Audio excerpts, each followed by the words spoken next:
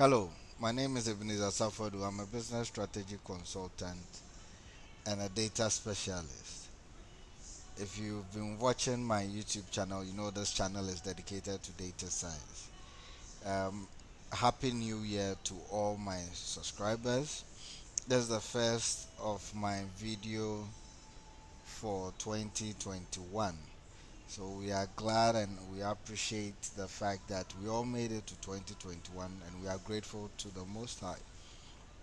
Today, as the first video for the year, I've decided to do a very basic video to go down to the foundations of data science, which is data itself. So if you look at my screen, you'll see that I'm asking what is data? Why is it important to us? The truth is, data is facts. Um, in data science, data is the facts, the raw facts that have not been processed, in that sense that they've not revealed the meaning of data.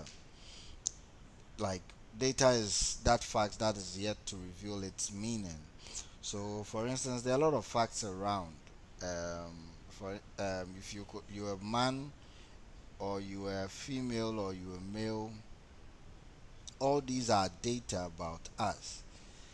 But until we reveal its meaning, maybe associated with a certain name, to draw out the meaning of male and female. Maybe I could have a data set that has 12, 13, 14, 15. Until it is revealed its true meaning as an age, it is just data of, for instance, just numbers. So this video is going to the basics, to the fundamentals of what data is and why is it so important to us, and probably why we analyze data. So if you look at my screen, you can see a dark place down here, and you might be wondering what is it. That's my video. If you're not seeing it, then this is where we are mostly when we decide not to analyze data. It's like doing anything in the dark. You barely even see yourself. You barely know where you are. So I'm even finding it a hard time to see where I am. But if you check, once light is put on, it shows that data, there is insight, and all of a sudden you'll be able to see. So this is a situation for any business that is not analyzing its data. The data is there, yet you cannot see it. So once the light comes on, you see that you're able to see a part. Still, you're unable to see the whole, because this is like data analyzed but not fully to draw the insights. So let's see if another light put on will still show us more insight. So still you cannot see me. So that is how data analysis is. The data is there, so I was here. But all this while you could not see me because there was not light um, put through in or put on me. So that is basically what we are trying to do always when we talk about data analysis. We are trying to draw out the insights which are already there in your business or in your organization, and then make it clearer to you, visible to you, so as you'll be able to see what to do. So data is basically facts that have been gathered. It could be over a period of time or it could be static just one time. But I mean, to be able to make meaning out of it, there could be a stack of numbers that has been collected over a period, and that is still data. But to make meaning out of it, you would have to analyze it to bring out what we call information, so as you can actually make a decision on. The whole point of life, or mainly organizations or living, is to make choices. You wake up in the morning, you want to find out what to eat, you want to, so make let me even make it clearer. So now you see me because I've thrown the best light into the frame. So this is what data analysis does. It actually draws insight, or it throws light into your data, that things that are hidden to the eye may be seen about your business, and you know which decision or action to take. The end result always with data is an action to be taken. So data is all around us. We do data from what we eat to what we wear to where we go. It's all about facts being gathered, and we need to draw insights from these facts to make the best decisions in life. So, for instance, you may be seeking a job. What you do is that you would first look for the data around the job, and then start begin to draw insights like maybe what is the salary, who is paid the most, who is the CEO. So all that data is hidden somewhere, or probably in the open, but you need to analyze it to draw insights out of the data set. So that is basically what data analysis is. The data is there, and you try to draw insights from the data that is lying bare. So, for instance, I'll take you through maybe some few protocols for us to understand what I'm talking about. This is a new year video. This year, I hope to do more videos to train people, especially in Ghana, in data science. In February, I'll be hosting a guest who will be teaching Python. In January, I would handle a lot of Power BI. January and March, I'll be handling a lot of Power BI tutorials. And in February, I'll have a guest tutor who will be teaching Python. So, for instance, mostly this is how companies collect data. Some in Excel or in different databases, but I'm using Excel because we are all familiar with it. So you have the month in which the data was collected, the timestamp, sometimes the location, the amount, and some details about it. So this is the data set. But like I said, this is just raw facts. No meaning can be made out of it until we start analyzing. So that is where data analysis comes in. And in data analysis, there are various forms of data analysis. One is the descriptive data analysis. And in descriptive data analysis, that's the most common one that we all may know. So in descriptive data analysis, you're looking at just describing the data. So for instance, what is the sum? What's our total sales? What's the total number of people? That sum count. All these describe the data. So when we talk about descriptive analysis, we are looking at what happened. So at the end of the year, you want to do a review of what you did, what happened last year. So how much money you spent, how much money came in as your income. So if you realize most of our financial statements are just descriptive analysis, just showing people what has come in and what went out. So what happened is the answer to descriptive analysis. So we have things like mean, average, median, standard deviation. Some of this, I think, in statistics is also called descriptive stats, but in data analysis, descriptive analysis. So this is mostly the basic things that most people do in data analysis. They do a lot of descriptives. That's when they start. I mean, there's this bedrock of data analysis. You need to know what happened. Without that, that is like the year has ended. You'd want to know what happened even before you start planning for the ensuing year. So at the end of the month, you go into your data set, find out, okay, what was our total sales? How many staff do we have? How much income came in? How much did we dispense? That is expenditure. So all the what happened, what was the average expenditure per day? What was the mean? What was the average? All those things are just describing the data set to the end user to make the decision. The final essence of data is to make that decision. So that is what descriptive analysis is. Let me just show. I'm using Power BI to show some of the ways that descriptive analysis work. So I'll use a particular data set. So this is a particular data set from Microsoft about some sales. It is a dummy data set. So this is Microsoft skateboard store, and this is the net sales. So net sales, total net sales is a descriptive statistics.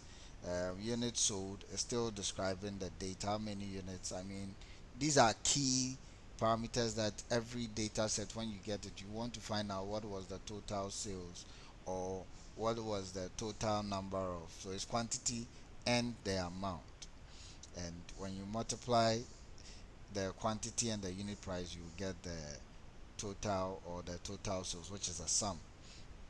So those are just descriptives. That is where data analysis always starts from. You start describing the data. So you look at the mean. All those things are part of the descriptive statistics. So that is first to know about what happened. So in the year 2020, what happened? So descriptive analysis are mostly, or it's always describing the past. You are trying to use the past to know, okay, maybe what decision do I have to take, knowing that our sales was 2,000 cities, comparing it to probably 2 months ago, which was 1,000.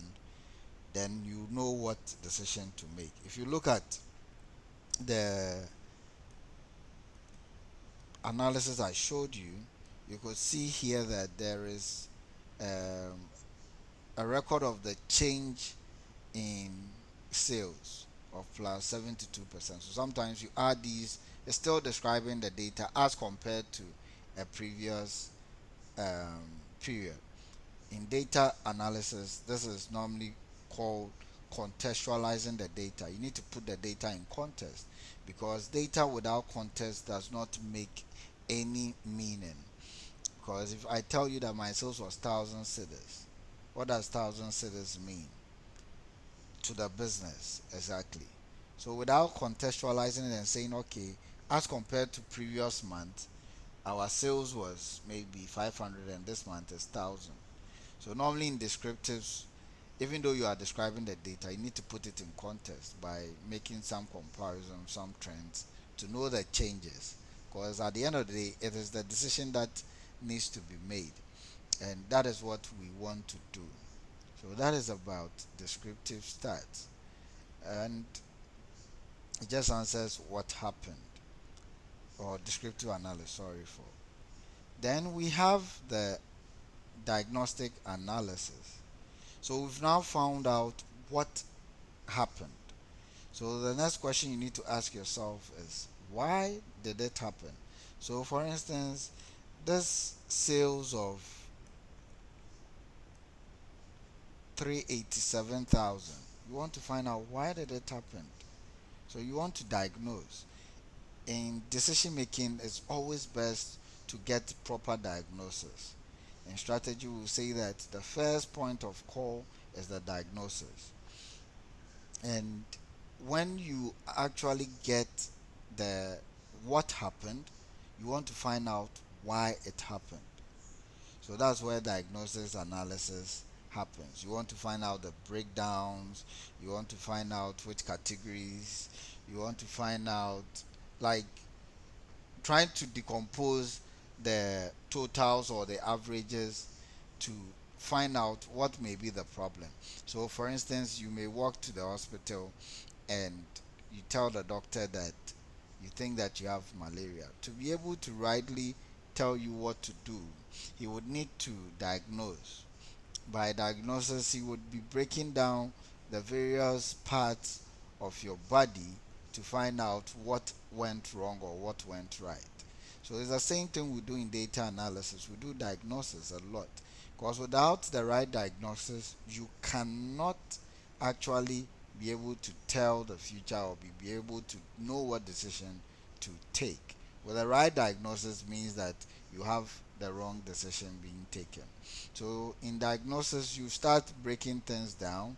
In Power BI, for instance, we have something called the decomposition tree, and it is one of the key things we use in diagnosis. So, for instance, you have a total amount of 387144, which is the same thing that you saw behind here. We can diagnose it by based on the data set by category, gender, store type, promotion, segment.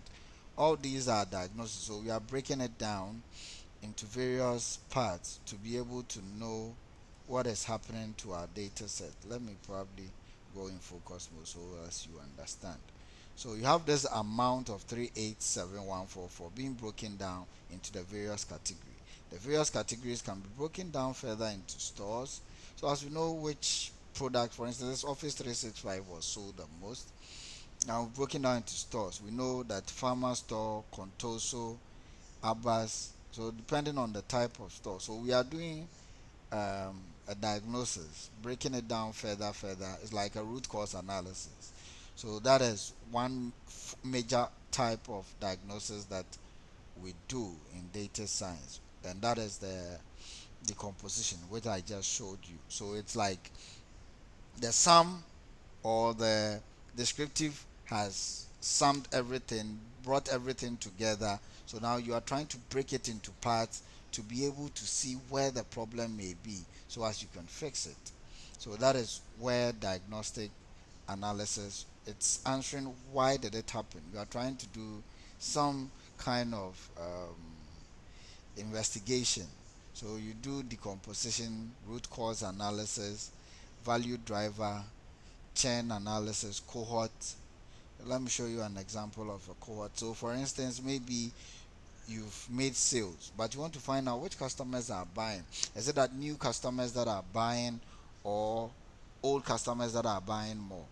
So in cohort, what we do is that you look at a particular day or a particular month in which people subscribe to you, and then test and find out, okay, so the same people who bought in, let's say March, in April, are they buying? What is the percentage that are buying with us? What's the percentage that are buying with us in the next month, ensuing months, like that? So cohort analysis is one analysis we do in diagnosis also. So it's one of the type of analysis we use to diagnose to find out what or why something actually happened. There is churn analysis, which I don't have a sample here, to know, okay, did we lose customers? Is that the reason why our sales is dropping or increasing? So all these are types of analysis for the diagnostic analysis for you to know why it happened and for you to take the decision. The bottom line of analysis is always decision taking, that we need to make a choice. For instance, you need to make a choice of moving from probably where you are to where you want to go. That is why first you begin by describing the data or knowing why, what happened, or where you are. So you describe the data first, understand why it is what it is, and then you can move ahead and do the next form. So there's also market basket analysis. This market basket analysis sometimes a predictive, but in this case we are treating it as a diagnostic analysis, in that it's still looking at why something's happened. So in the market basket analysis, you can do things like, for instance, let me show you an example of the market basket analysis. You can look at a particular product that was sold. Maybe you are a shop or you are any business. People come to you to buy a particular product, and they buy other products in also as part of what they bought. So I can come to your shop maybe during Christmas.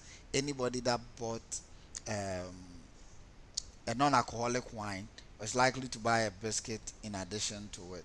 So what you do is that you put in an analysis to find out which items were bought by association. So the person, so what is the percentage confidence interval, or what's the probability that somebody who buys a non-alcoholic wine would buy um, a biscuit, and that's what we call the market basket analysis. So this one, we're using Xbox and other products of Microsoft to find out, okay, people bought Xbox, what was the confidence of them buying maybe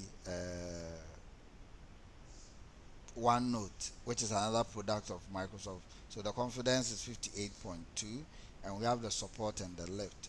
In a particular, I'll do a particular video on the market basket analysis to actually explain how it can be used. But it's actually used to depict associations in patterns. That a person that did A and B is a precedent for C to happen. So if they vote candidate A and B, they also vote for this probably. If they voted A and B in 96 and 2000, they are likely to vote C in 2004. Or the person, like I said, it's normally used for associations of um, behaviors in buying. So that is for the diagnostic. Then we move a step further to the after diagnostic, we move a step further to predictive, which is what is likely to happen. That is where we forecast. So you look at, now you know what has happened, you know why it happened. Now you want to find out what could happen, what is likely to happen. That is where we do forecasting. So in data analysis or in data science in general, we do predictive analysis also. So if you realize, you don't start from just predictive, you first start from descriptive, knowing what happened, going through why it happened, and then before you predict. So sometimes even the descriptive and the descriptive alone can't tell you what to do. But in some cases, everybody would love to know the future. That is what we are all yearning to do. So aside, that's why prophecy is so much sought after. So people would like to have a confidence that in the future this is likely to happen or this is not likely to happen. So that is where the predictive analysis comes in. So predictive analysis is done. For instance, COVID comes and a country wants to find out, based on what is happening now and based on why it is happening, that we found out the areas that are happening, who is likely to get it. We want to predict, okay, what is likely to happen if the same conditions remain. Mind you, in data analysis, we are looking at patterns. So we are predicting based on the current conditions being the same. Sometimes we can predict with different scenarios, which I'll show you in the what if analysis. But in forecasting, we are basically looking at forecasting into the future, what is likely to happen. So, what is likely to happen if we continue doing what we are doing currently today with social distancing and the things that are happening in our country? What will be the COVID 19 total cases in maybe March? If you're a business, you might want to find out, based on your history, what is likely to be your sales 10 years by the end of the year. Sometimes people do that in budgeting, but in forecasting, use the past data and you forecast into the future. There's various techniques in forecasting, time series forecasting, and other methodologies that one day I'll take time and just talk on the predictive analysis. So in forecasting, especially the most common one is the time series one. Let me see, I think I have one analysis. Yeah, so this particular analysis combine both the what if scenario and the forecast. So here in Power BI you can easily forecast. Like I said, one day I'll, in one of my videos, I'll be teaching on forecasting specifically. So we forecasted the data ends here and forecasted for the rest of the period. So let me show you. Okay, so this is the forecasted. So this is the interval. The forecasted interval, the upper bound and the lower bound. And this is the actual value that is expected. But in forecasting, we can either predict the same issue or a what if scenario. In this what if scenario, we are looking at what if our return rate gets to a certain percentage. So currently, maybe people actually buy and return our product at a rate of, let's say, 10%. Should it increase, or let's say, should it reduce by 10%? What will be our value? So that is where you see it. So by reducing it to 10%, we know what could be our sales. So these are the what if scenarios, and this everything there changes. So these are net sales forecasted. So at 21, let's look at the 21 value. So 21 was 31,974. If we bring it to 10, it's 36,426. So if our return rates reduce, it means that we are going to make extra profit. So these are some of the insights. So you could have a data set like just like this, but because of the insights that we are drawing now, the analysis that we are doing, you are getting insight. Like I said, it's just like the dark moment. When it was dark, it was not as if I was not speaking, but you were not seeing what was happening behind the scenes. So you may be doing business, you may be going about your regular job, but without proper analysis, you will not be able to see what is happening in your company and what insights you need to draw to be able to actually do what you have to do. So that is the what if scenario for forecasting and projections. So there's another one that I think I did for on the New York Stock Exchange, just some three companies that the client wanted to be monitored. So we did a rolling average, moving average, to actually be able to predict what the stocks may be. So we have 3 months, 1 month, 6 months, and 9 months moving averages for Amazon, Apple, and Microsoft. So that is one type of analysis that we can do in terms of predictive. And now, what is actually catching on is the prescriptive analysis. So sometimes some of the models that are built, or the fancy stuff that you hear in terms of machine learning algorithms, mostly is into these last two parts, which is the predictive analysis and the prescriptive. But like I said, just by describing the data gives you certain insights. If you're a good business, you can actually draw a lot of insights from just descriptives to make decisions and do just by your financial statements, you'll be able to know what to do and what not to do.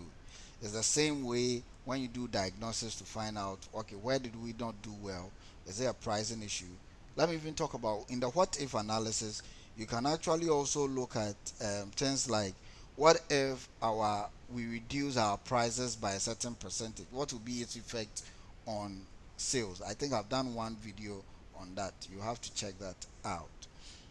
That what if we, for instance, you started a year, you want to find out what if our cost price or our selling price reduces by a certain percentage and our volumes increases, what will be its impact on our profitability? Something similar to what I just showed you, that when we reduce our return rate, what will be its impact on our sales? Not only that, the forecasted sales, and as well as the profit that we are looking at. So all these are types of analysis that we carry out. And the final one after the prescriptive and predictive is what we call the prescriptive. Uh, in the prescriptive, we are looking at what should we do if that what we predicted happens. So that's where businesses want to get to. That they it's like automating the decision. Not only are you predicting what will happen, but tell us what we can do, and that is where you do a lot of um, deep learning stuff to be able to prescribe solutions for particular problems that companies may be doing. So, for instance, a certain analysis like key driver analysis can be a prescriptive. So, prescriptive, like I said, is answering what should we do if it happens? What should we do if it happens? So let's look at a certain example and see if that fits. Um, so you have net sales of 387 units sold. You've done your diagnosis. You've done your what if scenarios of the return rate. You've actually also predicted the future based on the current happenings. But now you want to find out, okay, what should we do based on all that we are talking about? So things like the key influencer analysis can be a go-to area. So you'll be able to know that, okay, what influences our customers to be male, and it's telling you that when the segment is turquoise, segment is red, segment. So this can help prescribe to you that, okay, if you want males to come and shop, we need to actually do more turquoise, more red, more orange. And you can also look at maybe what influences our customers to be females. So these are machine learning algorithms that can be built to see more about what should be done. You can do A/B testing where you try products A and B and see which product should be sold, or maybe which version of the product should be sold. So one could be red and one could be green, and we'll see which ones sells more by doing A/B testing. It's all types of prescriptive analysis that we do as data analysts. So this is my first video for the year. I just wanted to give a foundational um, tutorial on data analysis. If you have any questions, put in the comment. I would pick it up and maybe do another video on it. I'll take my time in the course of the year to do videos on each and every one of these things I've talked about. Like I said, in the month of January, I'm doing a lot of videos on Power BI. In the month of February, I'll have a guest tutor to teach Python. And March, hopefully, I'll see what I would be able to do also in March. But for now, I have for the first 2 months. Um, I'm hoping to be able to train more data analysts and scientists in Ghana, especially. My target for the year is to train about 500 people through various means like this portal.